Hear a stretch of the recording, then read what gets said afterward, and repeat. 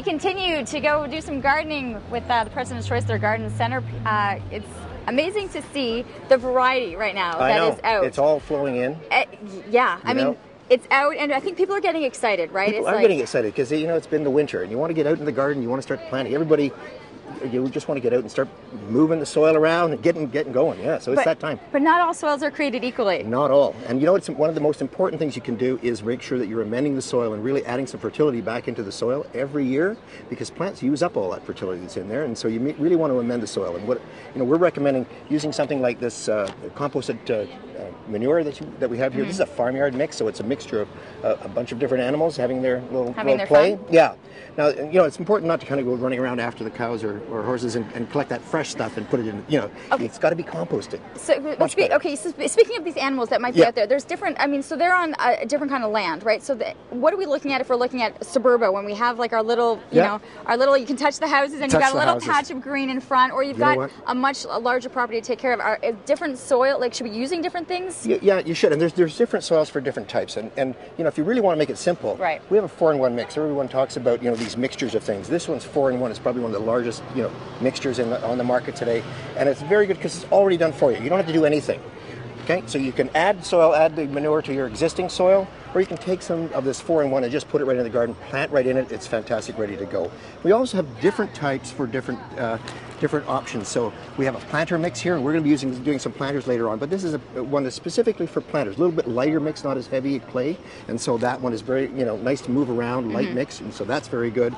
And then we also have this one here. This is a moisture lock, and so if you're going away for a lot of weekends, you go away and you leave the plants and stuff like that, and nobody's there to water. Right. Yeah. You're using so if you know that you're going to have a couple of weekends away, this would be a better option for you to go into, knowing that it'll hold it. Exactly. It holds the moisture, releases it as the plants need it. I never would have thought that they would have created something that offers you that option. I know. How cool is that? It's neat. It's very cool. And then, you know, you can't really forget about fertilization, because it's so important to do that. And you know, if you're planting any of these plants that we have behind us here, this is what you want to put in. It's a plant starter.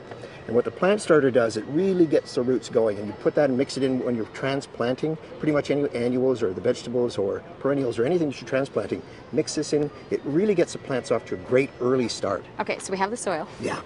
We go to the store, we find our plant. Okay, as we're taking it out and as we're putting it, add some of that in. Yeah, mix it with water. This is what you really need. You'll be really amazed by the results, and you'll feel like a really very successful gardener, which is, you know, what you really need to do. What I'd like to do is like have half my soil and then put half that in. No, you can't quite do it that way. It'll go.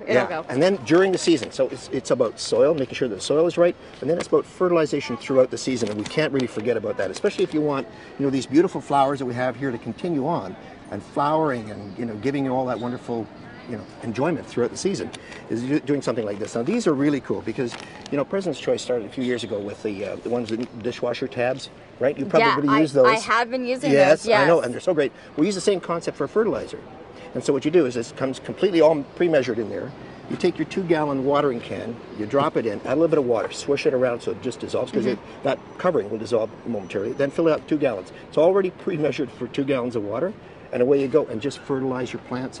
I mean, it's brilliant. So simple. I use that all the time. We just developed it. Well, it's easy, we just developed it last year. Yeah, I know.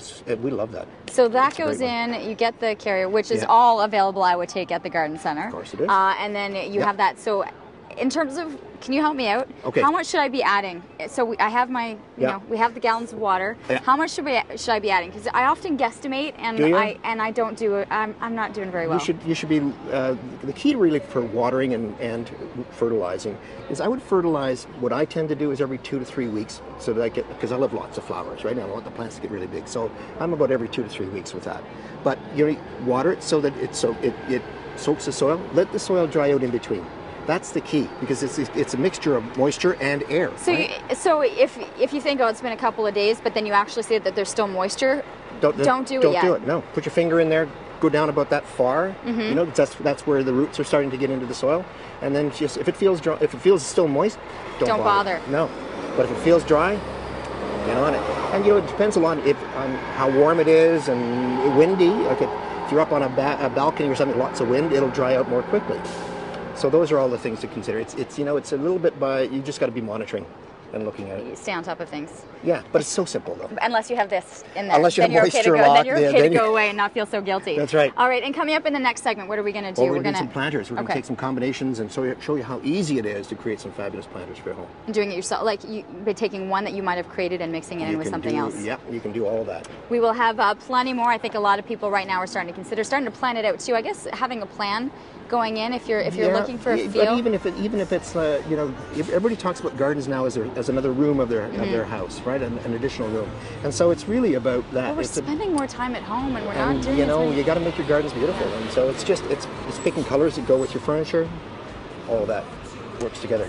All right, well, we'll have more information coming your way before the end of the show.